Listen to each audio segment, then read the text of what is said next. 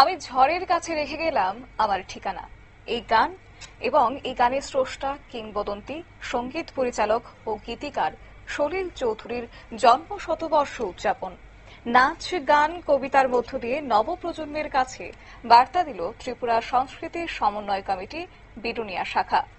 রবিবার দুপুর 12টা নাগাদ বিলুনিয়া প্রবীণ সাংস্কৃতিক ব্যক্তিত্ব জহর চক্রবর্তীকে সভাপতি করে ত্রিপুরা সমন্বয় কমিটি বিলুনিয়া বিভাগীয় অফিস প্রাঙ্গণে সলিল চৌধুরীর প্রতিকৃতিতে এদিন পুষ্পস্তবক অর্পণের মধ্য দিয়ে ওনাকে শ্রদ্ধা জানানো হয় এবং শুরু হয় অনুষ্ঠান।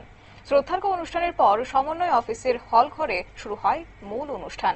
অনুষ্ঠানের শুরুতে স্বাগত ভাষণের মধ্য দিয়ে সলিল চৌধুরীর জীবনী নিয়ে বিস্তারিতভাবে আলোচনা করেন সংস্কৃতি সমন্বয়ক কমিটির বিলুনিয়া শাখার সম্পাদক লিটন চক্রবর্তী।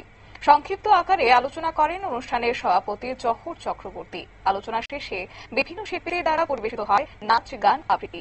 হল ভর্তি শ্রোতাদের উপস্থিতিতে এক সাংস্কৃতিক পরিমণ্ডলের মধ্য দিয়ে সলিল চৌধুরীর জন্ম শতবর্ষ হয়। অনুষ্ঠানে উপস্থিত ছিলেন এদিন বিধায়ক দীপঙ্কর সেন, অশোক মিত্র, সংগঠনের সভাপতি রতন ভৌমিক, সাহিত্যিক হরিনারায়ণ সেনগুপ্ত সহ অন্যান্যরা।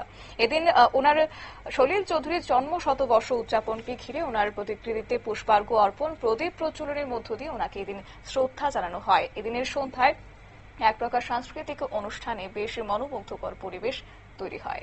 নিয়ে নিচ্ছি ছোট্ট একটি বিজ্ঞাপন বিরতি, সঙ্গে থাকুন।